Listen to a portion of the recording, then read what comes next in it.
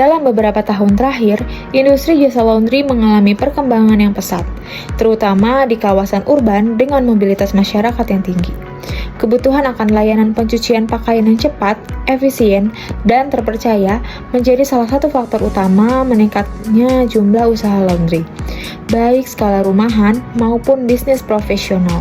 Namun, seiring dengan pertumbuhan tersebut, muncul pula tantangan dalam pengelolaan operasional yang kompleks, seperti pencatatan transaksi, pengelolaan pelanggan, pengelolaan laporan keuangan, pengelolaan karyawan, dan pemantauan kinerja usaha secara real-time.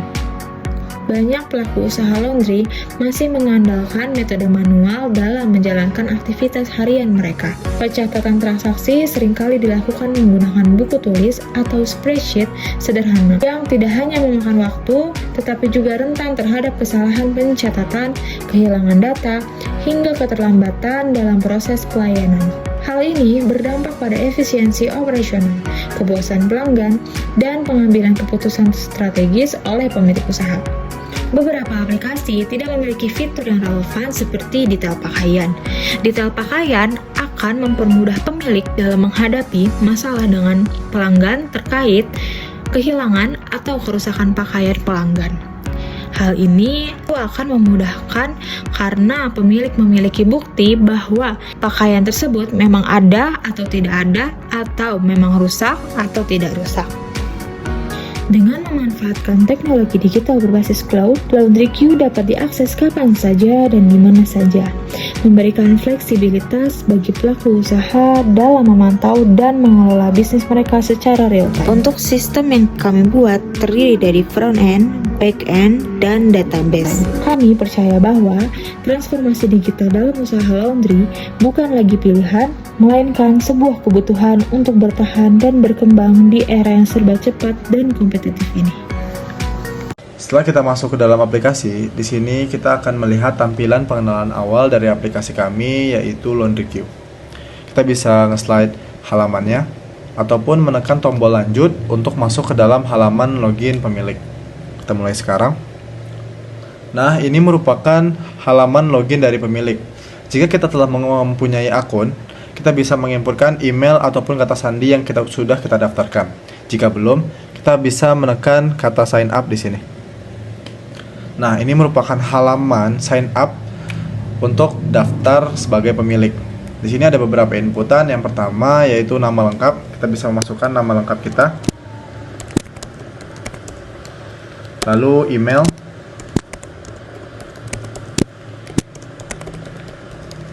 beserta kata sandi. Setelah kita berhasil menginputkan semua inputan, kita bisa menekan tombol daftar. Setelah itu akan ada notifikasi akun berhasil dibuat jika kita sudah melakukan pendaftaran.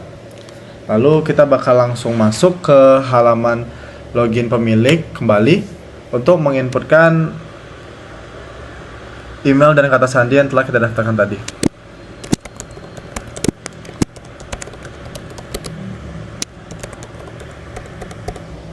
Setelah kita menginputkan email dan kata sandi yang sudah kita daftarkan tadi, kita bisa langsung masuk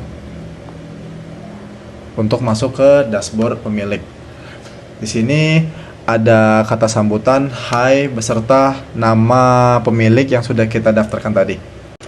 Ada beberapa fitur pada dashboard pemilik ini. Yang pertama yaitu pengelolaan outlet. Ini merupakan tampilan awal karena kita baru membuat akun, otomatis kita belum mempunyai outlet sama sekali. Jika kita ingin mendaftarkan atau membuat outlet baru, kita tekan tombol plus di sini di bagian bawah ujung kanan. Kita bisa memasukkan nama outlet yang ingin kita buat.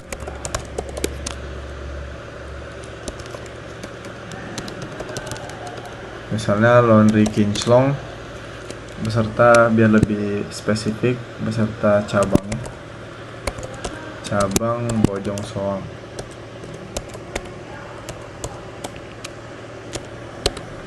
Lalu kita dapat menginputkan alamat lengkap, Bojong Soang, dan lain-lain, beserta nomor telepon.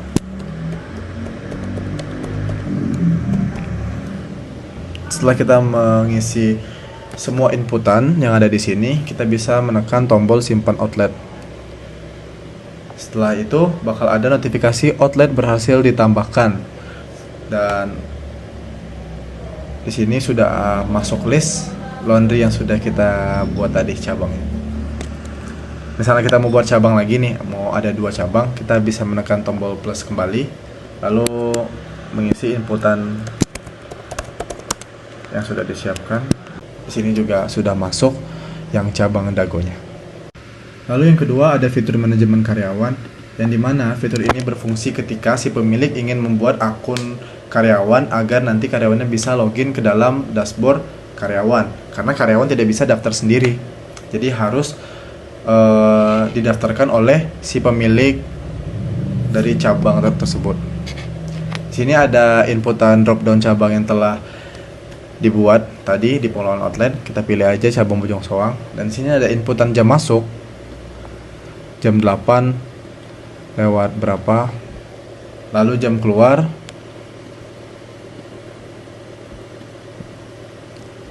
bisa kita atur, serta ada toleransi maksimal telat, yang dimana toleransi ini berfungsi untuk ketika si karyawan ingin melakukan absensi pada hari tersebut, ada batas yang dimana karyawan masih bisa mendapatkan status hadir. Jadi kalau misalnya si karyawannya melakukan absensi sekitar jam 8 sampai jam 8.15, kayak jam 8.13 atau jam 8.10, itu masih dalam kategori hadir nantinya. Tetapi jika melewati batas dari toleransi maksimal yang telah diinputkan oleh pemilik, itu bakal masuk ke dalam kategori telat. Nanti bakal kita bahas secara lengkap di fitur status absensi karyawan. Setelah kita masukkan inputan tersebut, kita bisa menekan simpan jadwal. Ada notifikasi jadwal absensi berhasil disimpan. Lalu kita sebagai pemilik dapat membuat akun untuk karyawan dengan menekan tombol plus di sini. Nah, ini merupakan inputan yang harus diisi oleh si pemilik. Seperti nama karyawannya, kita tulis saja Ferdinand, lalu nomor induk pegawai, lalu nomor telepon, lalu kita inputkan juga email dari si karyawan, serta password. Di sini kita sebagai pemilik dapat membuat password awal untuk karyawan, dan nantinya karyawan dapat mengedit atau merubah password mereka di dashboard karyawan. Sini kita bikin aja passwordnya dengan nama karyawannya. Setelah kita mengisi semua inputan, kita langsung menekan tombol simpan. Dan sini ada notifikasi karyawan berhasil ditambahkan, dan langsung ada nama karyawannya di halaman manajemen karyawan. Dan ketika kita menekan nama tersebut, akan menampilkan detail dari karyawan tadi, serta kita bisa mengedit statusnya aktif atau menjadi tidak aktif. Yang dimana kalau misalnya kita merubah statusnya menjadi tidak aktif, nanti karyawan tidak dapat login masuk ke dalam dashboard karyawan. Jadi kita aktifin dulu saja, kita tekan simpan.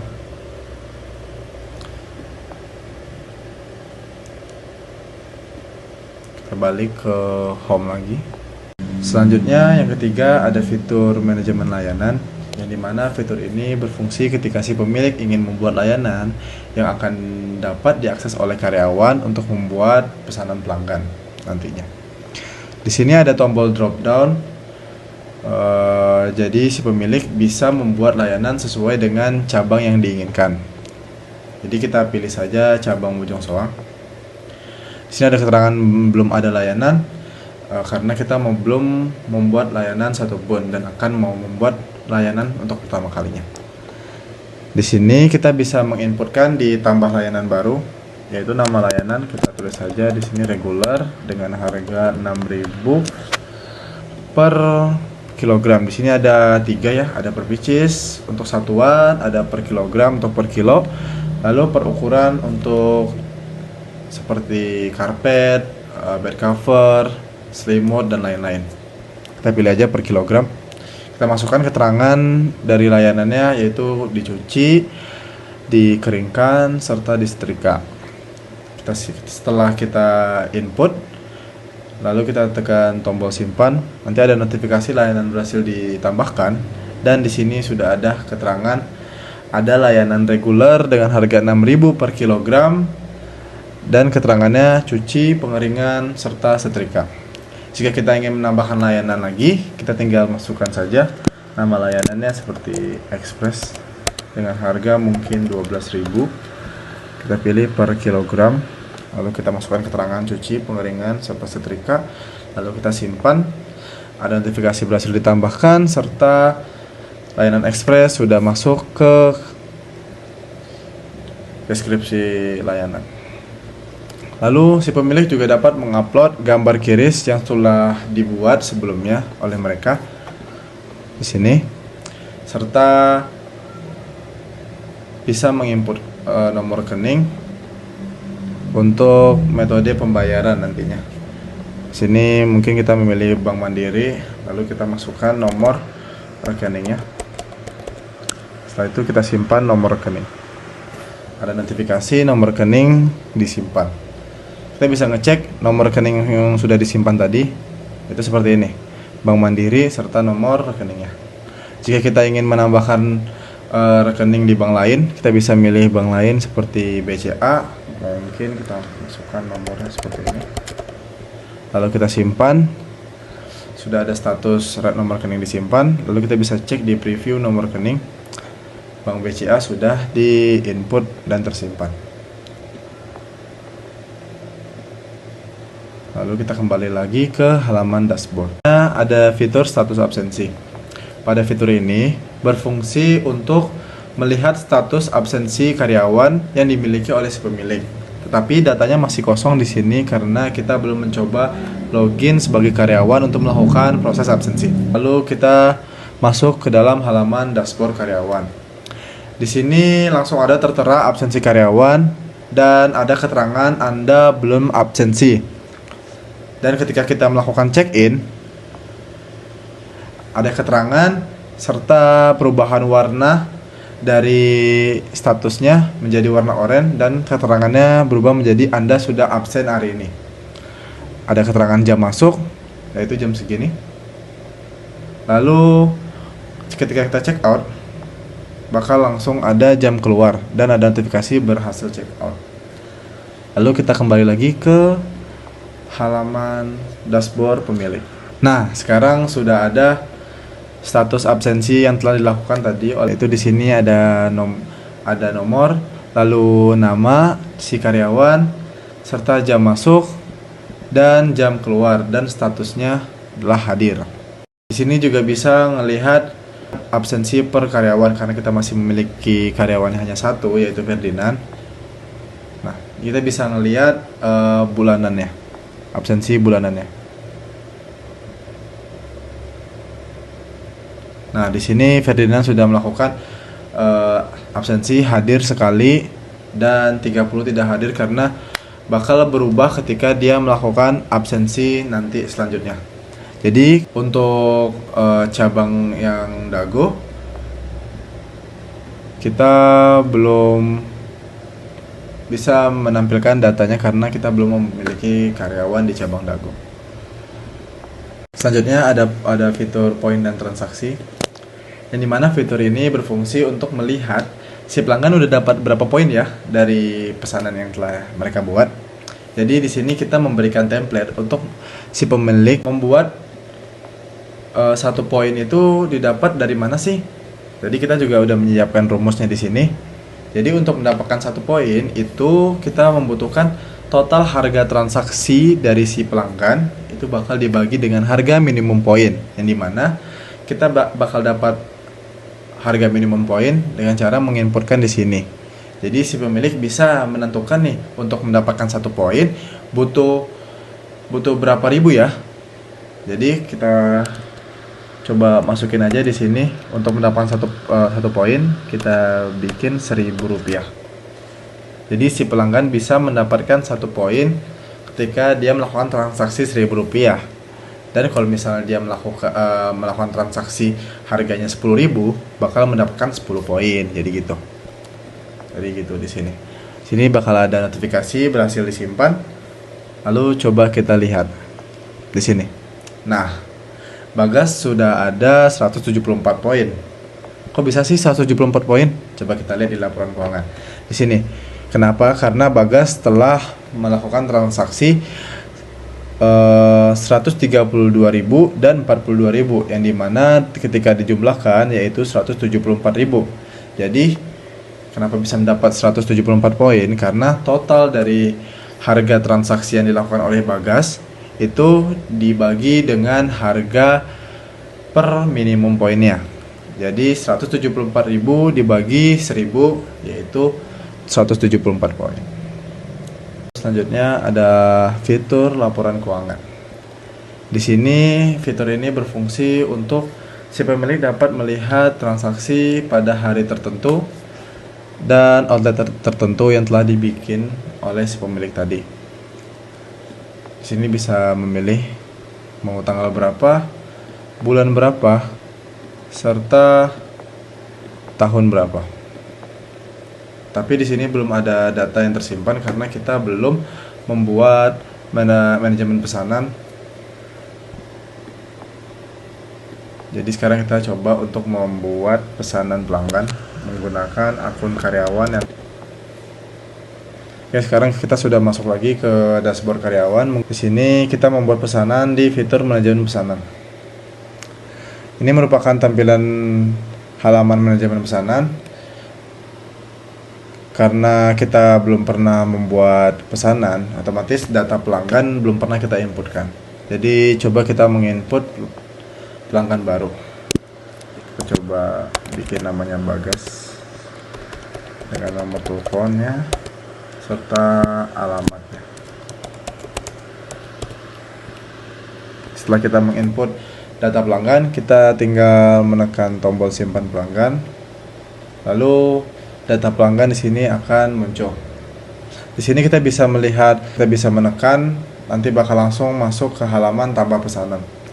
Jadi kita sebagai karyawan bisa memilih layanan yang telah dibuat tadi di manajemen layanan, yaitu regular atau express. Jadi kita coba untuk memilih layanan regular. Dengan berat yang sudah ditimbang sesuai dengan pelanggan tadi, misalnya kita masukkan berat 7 kg dan langsung memberi estimasi harga yaitu 42.000. Tanggal pengambilan yaitu tanggal hari ini, lalu estimasi selesai perkiraan mungkin sekitar 3 hari. Lalu di sini si karyawan bisa memilih metode pembayaran yaitu tunai, kris, dan transfer bank yang telah diinputkan di manajemen layanan tadi. Jadi coba kita membuat pesanan pertama menggunakan tunai. Kita simpan. Lalu ada notifikasi pesanan berhasil disimpan. Kita balik lagi untuk ngecek di laporan keuangannya.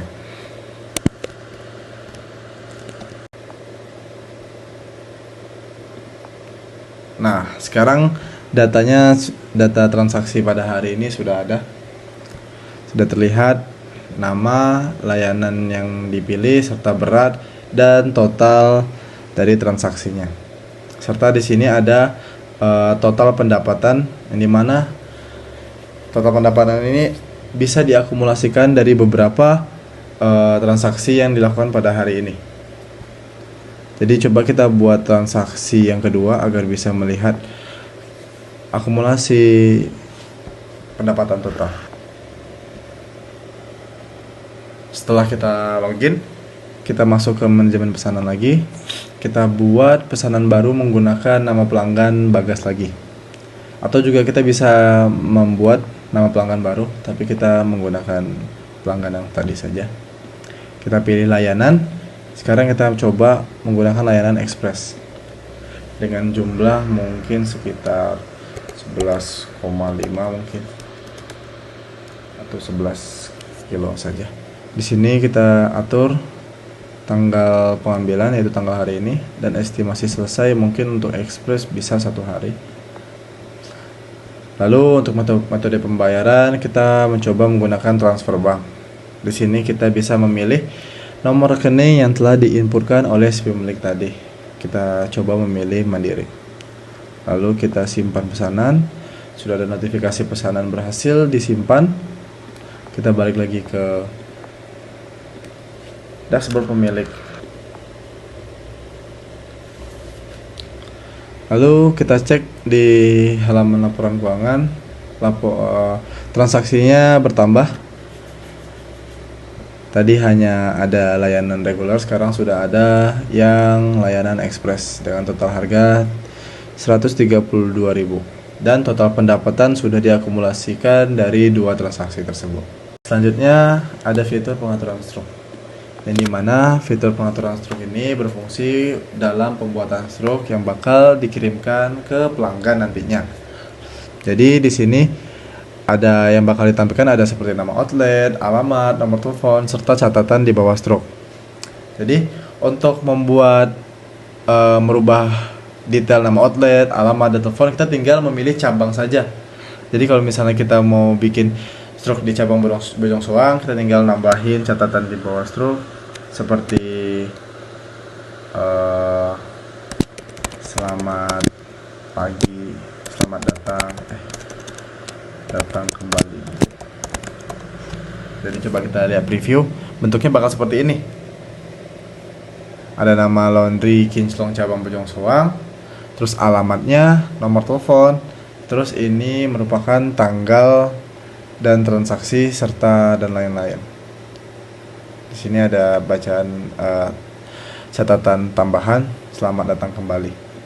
Dan jika misalnya kita menggunakan memilih outlet cabang Dago yang udah kita bikin tadi, nah maka detail ini juga bakal berubah. Jadi seperti ini, Laundry Kinclong cabang Dago, alamat Dago, serta nomor telepon yang telah kita buat tadi. Gitu. Jadi kalau misalnya kita mau simpan cabang Bojong Soang, kita simpan. Tetap catatan berhasil disimpan. Itu bakal bisa kita lihat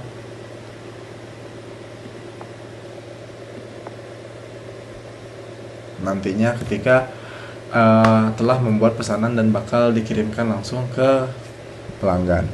Ya, kita akan menjelaskan fitur data pelanggan yang ada di dashboard karyawan. Pada fitur ini bakal menampilkan data-data pelanggan yang telah dibuat tadi saat sebelum melakukan manajemen pesanan. Jadi ini bakal menampilkan data-data pelanggannya. Kita bisa melihat detailnya untuk melakukan pengeditan pelanggan, pada nama, nomor WhatsApp, serta alamat. Dan kita juga dapat menyimpan perubahan serta menghapus pelanggan. Lalu selanjutnya ada fitur detail pakaian. Di sini akan menampilkan pesanan-pesanan yang telah dibuat tadi. Jadi kan tadi kan kita udah membuat pesanan atas nama Bagas, itu ada 2. Yang pertama ada layanan reguler sama express. Jadi ketika kita menekan salah satu pesanan tersebut, bakal masuk ke input detail pakaian. Jadi di sini si karyawan bisa menginput detail pakaian dari pesanan yang telah dibuat tadi. Fungsinya buat apa? Fungsinya untuk meminimalisir terjadinya kehilangan segala macam atau kecurangan pada pelanggan yang mengatakan mereka memiliki baju kayak gini tapi ternyata sudah nggak ada. Jadi kita bisa memakai fitur kamera ya untuk menangkap gambar satu persatu dari bajunya, atau bisa sekaligus foto agar terlihat detail-detail pakaiannya. Di sini juga ada catatan yang wajib diisi, seperti semuanya tidak ada yang sobek.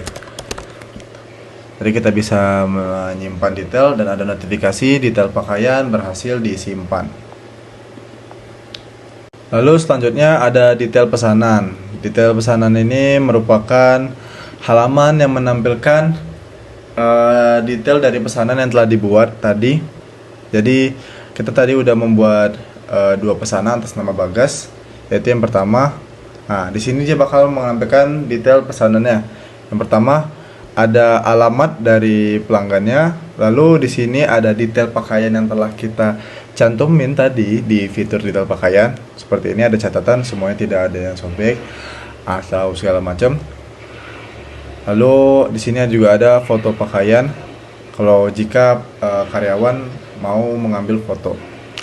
Lalu ada estimasi selesai serta metode pembayarannya. Jadi di sini kan tadi menggunakan metode pembayaran menggunakan tunai.